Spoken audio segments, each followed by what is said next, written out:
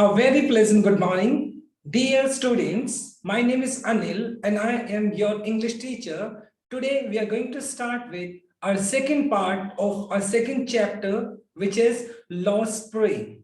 So this is second part of this particular chapter.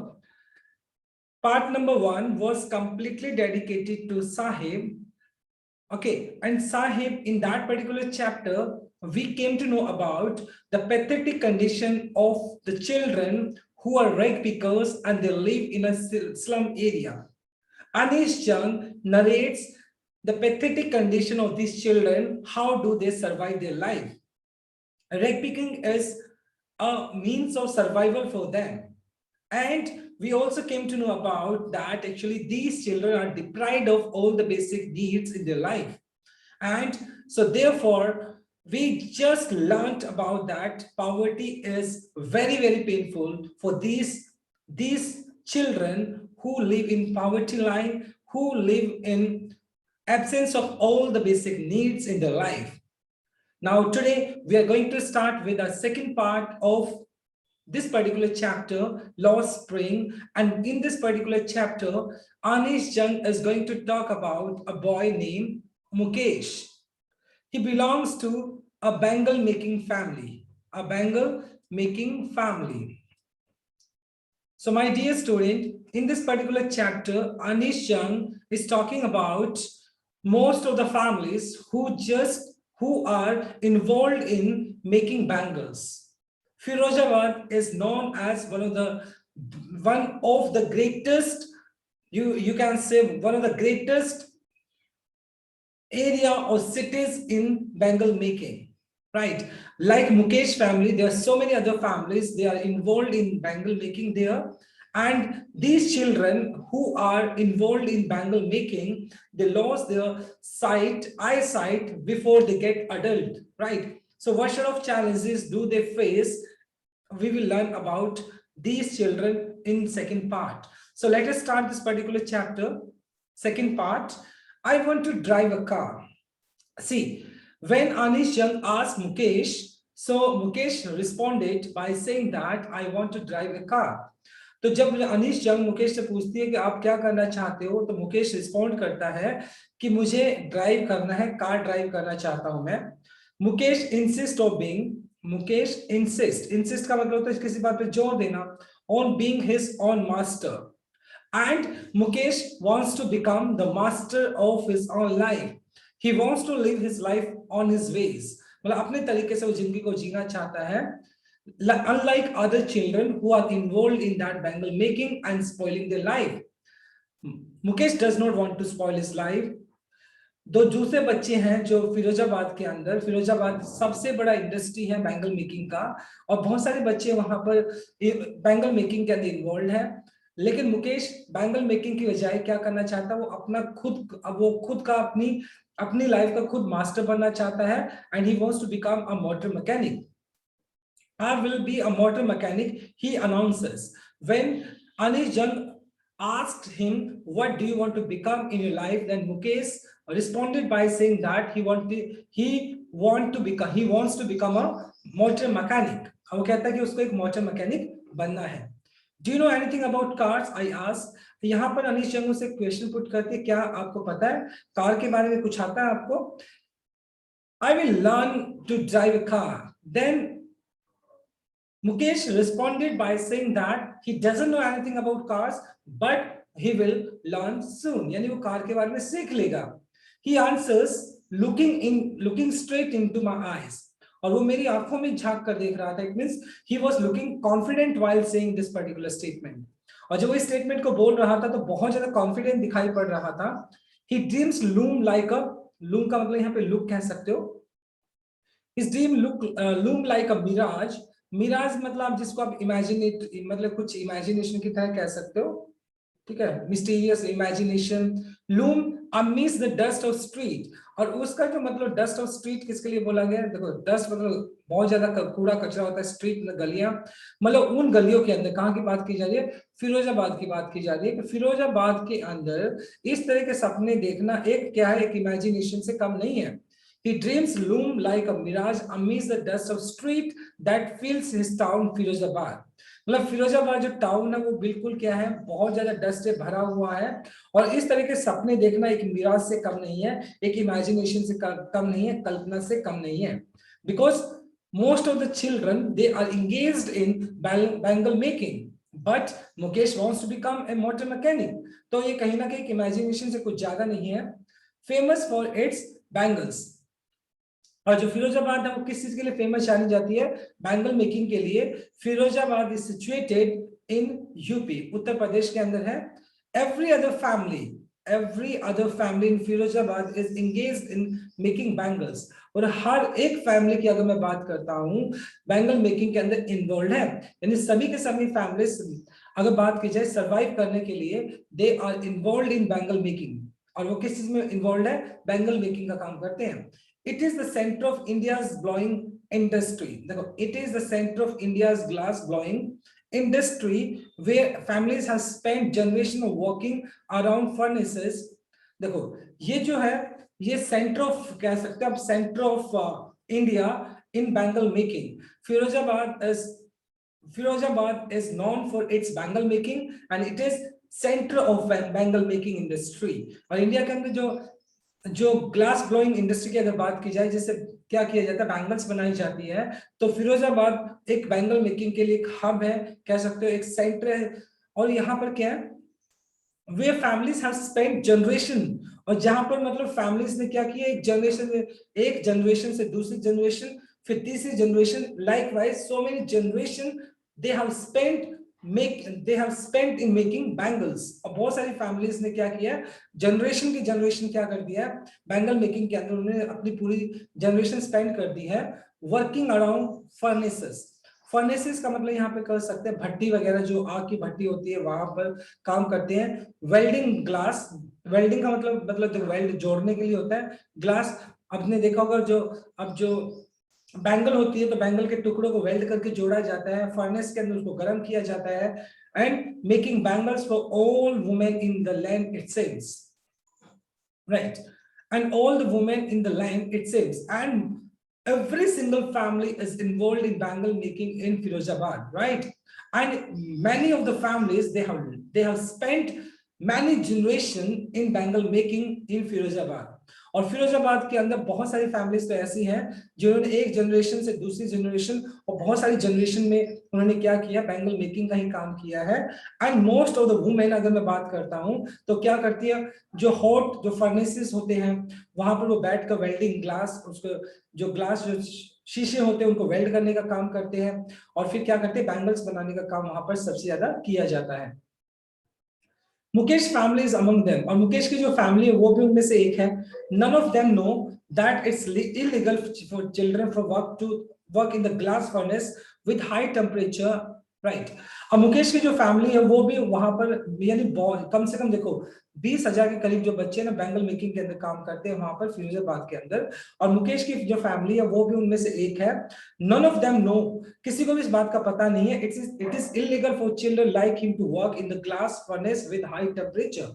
और मुकेश की family को इतना भी नहीं पता है कि ये जो बच्चे मतलब हाई टेम्परेचर के सामने बैठकर अपना फर्नेस के अंदर, भट्टी के अंदर बैठ के मतलब वो वेल्डिंग का काम करते हैं, बैंगल मेकिंग का काम करते हैं, ये इलीगल है अकॉर्डिंग टू चाइल्ड लेबर के तहत, मतलब ये इलीगल काम है।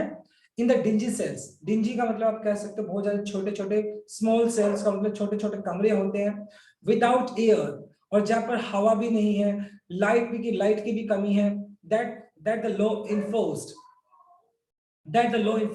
could get him all those 20,000 children out of the hot furnace।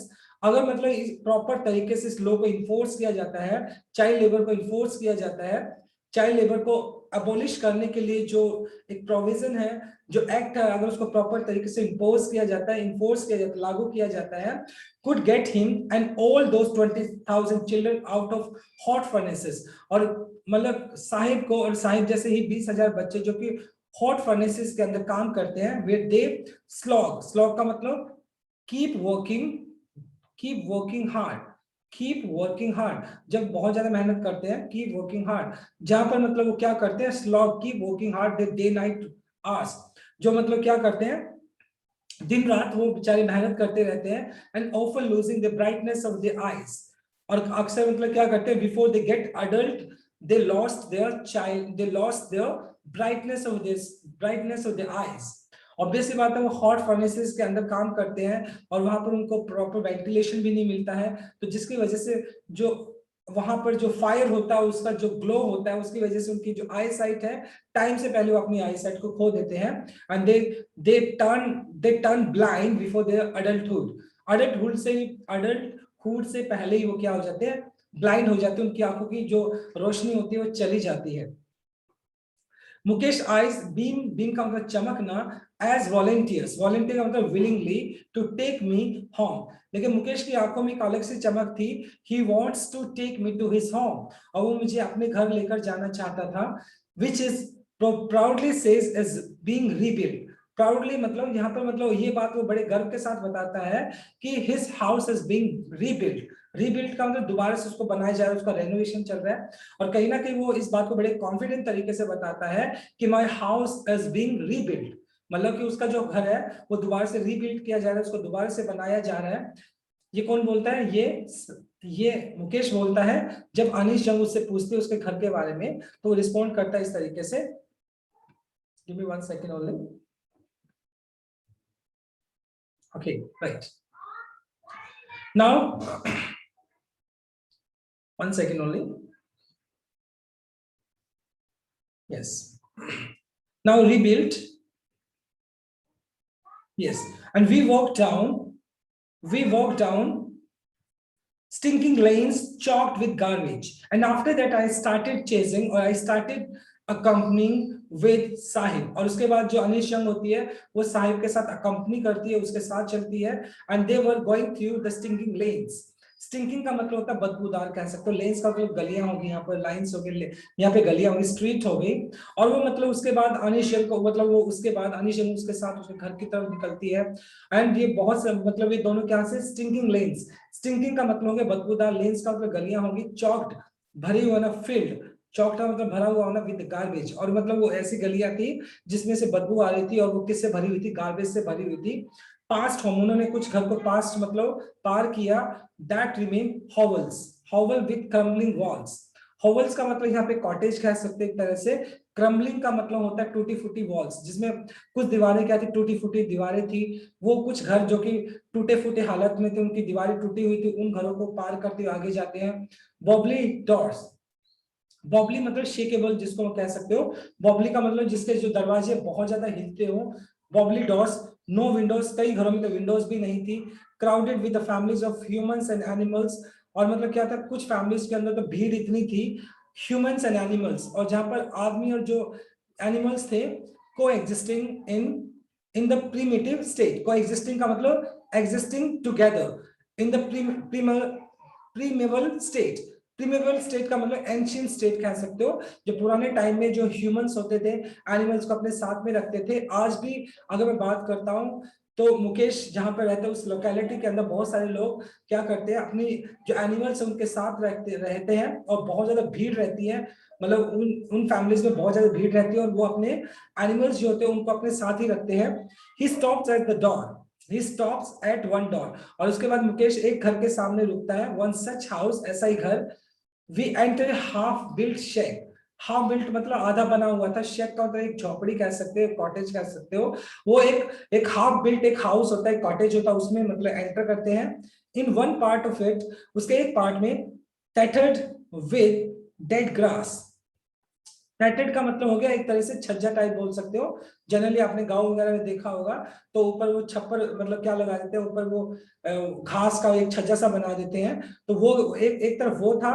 It's a firewood stove, और मतलब वहां पर एक फायरवुड था, stove and over which sits a large vessel sizzling spinach leaves, और मतलब वहां पर क्या, फायरवुड स्टोव, एक स्टोव रखा हुआ था, उसके ऊपर क्या था, लार्ज वेसल, वेसल का मतलब एक बहुत बड़ा बर्तन, आप यूटेंसिल कह सकते हो। उस यूटेंसिल्स में सिजलिंग, जब मतलब कुछ उबलने की आवाज होती है, सिजलिंग स्पिनिश लीव्स, और उसमें कुछ पालक मतलब उसको पालक को उबाला जा रहा था, और पालक के उबलने की जो आवाज थी, सिजलिंग आवाज थी, वो आवाज आ रही थी। On the ground in large aluminium platters, परात, परात जैसे परात होती है, एक यूटेंसिल्स होता है, और मोर चॉप्ड वेजिटेबल और मोर chopped vegetables.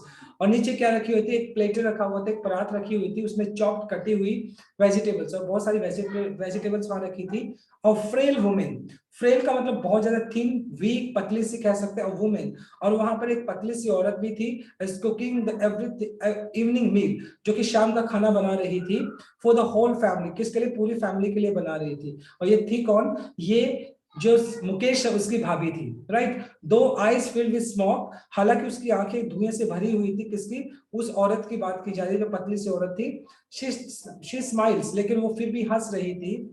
She is the wife of she is the wife of brother of Mukesh, यानी जो मुकेश का ब्रदर है उसकी वो वाइफ थी। तो इन इन केस मतलब क्या था, इट मींस क्या था कि जो मुकेश के ब्रदर की वाइफ थी, तो मुकेश की क्या थी, वो उस मुकेश की भाभी थी, वो जो कि क्या कर रही थी, शाम का खाना बना रही थी। जो मुकेश का जो एल्डर ब्रदर था उसकी वो वाइफ थी। देखो, Mukesh eldest brother, not much older in years, हालांकि उसकी एज है वो ज्यादा बड़ी नहीं थी, छोटी एज की थी वो। She has begun to command respect as बहू, और उसको मतलब जो एज ए बहू जो फैमिली के अंदर थी, वो रिस्पेक्ट उसको मिलने लग गई थी। द डॉटर इन लॉ मतलब बहू कह सकते हो, daughter in law of the house, और वो घर की क्या थी, बहू थी। Already in the charge of 3 man, और ऑलरेडी वो 3 लोगों की इंचार्ज थी। कौन, देखो, जो एक तो मुकेश के जो ब्रदर हो गए, एक मुकेश हो गया, और एक मुकेश के फादर हैं, तो 3 लोग थे, उन तीनों को वो इंचार्ज थी उनको। And her husband Mukesh and their father, obviously बात है वो तीनों को क्या कर रही थी, तीनों को वही टेक केयर कर रही थी। And when the older man enters, और उसके बाद जो मुकेश और उसके फादर घर आते हैं, she gently withdrawals behind, withdrawal का मतलब पीछे की तरफ हट जाना, broken the wall and bring her veil closer to her face. और वो क्या करती है उसके बाद, अपना वेल मतलब पर्दा जो होता है जिसको आप घूंघट कहते हो, क्लोजर हर फेस, और वो घूंघट निकाल लेती है एज अ कस्टम, क्योंकि हमारा जो रिचुअल है, कस्टम है, उसके हिसाब से। तो क्या करता है, if anybody comes of old age, कोई बूढ़ा आता है, तो उसके सामने as a respect, actually most of the women they draw a veil, वो क्या निकाल लेती है, वो पर्दा निकाल लेती है, घूंघट निकाल लेती है, एज कस्टम डिमांड्स, जैसा कि कस्टम होता है, जैसा कि हमारा रीति रिवाज है। तो उसी के हिसाब से जैसे मुकेश के फादर वहां पर एंटर करते हैं, तो जो मुकेश की जो भाभी है, यानी उसके बड़े ब्रदर की जो वाइफ है, वो क्या कर लेती है, घूंघट निकाल लेती है। Daughter in law must veil their faces before male elders, और मतलब ये क्या है, ये कस्टम की अगर बात की जाए, तो जो बहू होती है उसको क्या निकालना होता है, उसको घूंघट निकालना होता है मेल एल्डर्स के साथ, जो बूढ़े, अगर जो मतलब ऑब्वियस सी बात है, जो बूढ़े हैं, बुजुर्ग हैं, उनके सामने उसको घूंघट निकालना होगा, ये कस्टम है। In this case in this case Elder is an improvised bangle maker, improvise का मतलब पुअर कह सकते हो, और इस केस में जो एल्डर है वो कौन है, बैंगल मेकर है। कौन बैंगल मेकर की बात की जा रही है, मुकेश के जो फादर हैं, जो कि बहुत गरीब है, उसके उसके सामने उसकी जो बहू है उसने क्या निकाला, घूंघट निकाला है। Despite long years of hard work, हालांकि जो मुकेश के फादर, उसने बहुत मेहनत की है काफी सालों तक। फर्स्ट एज ए टेलर, पहले उन्होंने एज ए टेलर काम किया, then as a bangle maker, और उसके बाद एज ए बैंगल मेकर काम किया। He has failed to renovate a house, renovate का मतलब रिपेयर कराना, मतलब instead of instead of working for many years, he failed to renovate his house, मतलब हालांकि बहुत सालों तक उसने काम किया, लेकिन उसके बावजूद भी वो अपने हाउस को रेनोवेट नहीं करा पाया। Send his 2 sons to school, और ना ही वो अपने दोनों बच्चों को स्कूल भेज पाया। All he has managed to do is teach them what he knows. सिर्फ वो इतना ही कर पाया, अपने बच्चों को सिर्फ वो चीज सिखा पाया जो उसको आता था, आर्ट ऑफ बैंगल मेकिंग, क्योंकि उसके फादर को क्या आती थी, आर्ट ऑफ बैंगल मेकिंग आते, बैंगल बनाना आता था उसको, और वही बैंगल मेकिंग उसने अपने बच्चों को सिखा दी। And except that he was not able to do anything for the family, और वो फैमिली के लिए कुछ नहीं कर पाया। It is his कर्म and his destiny says Mukesh grandmother. अब यहाँ पे मतलब क्या आती है, मुकेश की जो ग्रैंड मदर है, जब अनिशंग उससे पूछती है तो कहती है इट इज हिज कर्म, मतलब कर्म की बात करूं, ये मुकेश, ये किसका कर्म है, ये मतलब जो मुकेश के जो फादर है उसके बारे में बात की जा रही है। इट इज हिज कर्म, मतलब ये उसका कर्म है, ये उसका जो कर्म है, उसके हिसाब से उसकी डेस्टिनी, उसकी जो डेस्टिनी आप कह सकते हो, मतलब जो इसका भाग्य है, ये इसका भाग्य है। Says Mukesh grand mother, Mukesh की ग्रैंड मदर बोलती है, who has watched her own husband go blind with the dust, जिन्होंने खुद अपनी आंखों से अपने हस्बैंड को क्या होते हुए देखा, ब्लाइंड होते हुए देखा, from polishing the glass of bangles, okay, from polishing the glass of bangles. और उसने खुद अपने हस्बैंड को ब्लाइंड होते हुए देखा, क्योंकि जब बैंगल्स को पॉलिश किया जाता है तो उसका पॉलिश के जो डस्ट होते हैं, पार्टिकल्स होते हैं, आंखों में चले जाते हैं, जिसकी वजह से कोई भी इंसान क्या होता है, ब्लाइंड हो जाता है। Can God given lineage ever be broken? lineage का मतलब स्ट्रीक बोल सकते हो, स्ट्रीक मतलब जो भगवान ने एक पावर्टी की जो एक लाइन दी है, स्ट्रीक दी है, बी ब्रोकन, क्या उसको तोड़ा जा सकता है? अगर पेरेंट्स गरीब थे तो बच्चे गरीब है, बच्चे गरीब उनके बच्चे गरीब होंगे, तो ये एक लिनेज जो बना हुआ, एक स्ट्रीक ब्रेक जो लाइन बनी हुई है, कैन इट बी ब्रोकन, क्या इसको तोड़ा जा सकता है? She implies, she asked, born in the caste of bangle makers, they have seen nothing but bangles। अगर कोई बच्चा मतलब बैंगल मेकिंग परिवार में पैदा होता है, कास्ट इस कास्ट में पैदा होता है, so they have seen nothing but bangles, और उन्होंने अपनी पूरी जिंदगी में बैंगल्स के अलावा कुछ नहीं देखा होता है। इन द हाउस, अपने घरों में, इन द यार्ड, अपने आंगन में, इन एवरी हाउस। और अब फैजाबाद के अगर बात करें तो हर एक दूसरे घर के अंदर, एवरी यार्ड, दूसरे आंगन के अंदर, अपने यार्ड की बात की जाए या दूसरे के आंगन की बात की जाए, एवरी स्ट्रीट, हर एक गली के अंदर, फिरोजाबाद फिरोजाबाद के अंदर सिर्फ बैंगल मेकिंग ही दिखाई पड़ेगी आपको।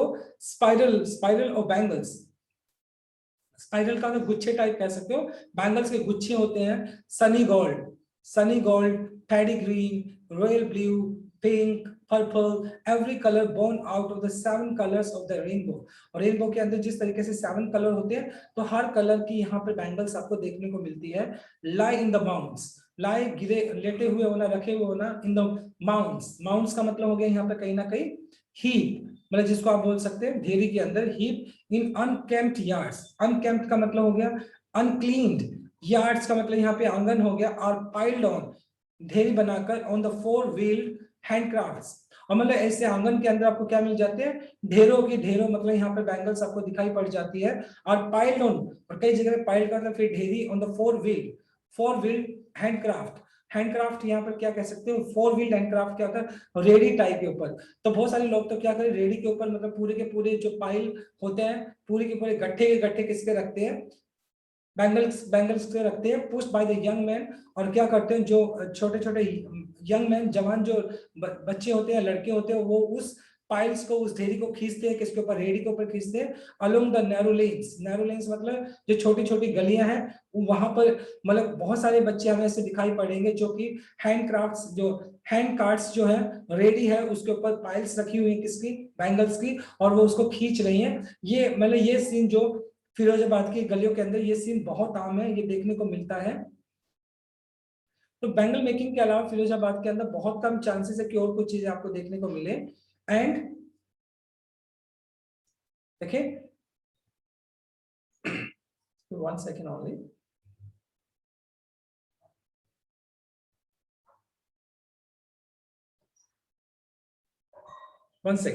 Right, yes, let me just start once more time.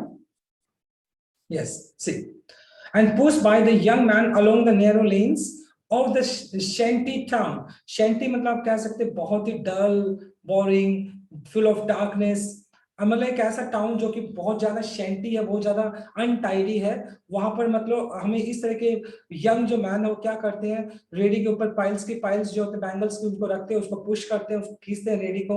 In the dark हटमेंट, हटमेंट का मतलब यहाँ पे छोटे छोटे कमरे कह सकते हो, रूम कह सकते हो, next two lines of flames of flickering of oil lamps. और हर एक छोटे छोटे कमरे के अंदर क्या होता है, हर एक फैमिली क्या करती है, लैम्प्स के सामने बैठ जाती है, उसकी फ्लेम, उसकी लो के सामने बैठ जाती है।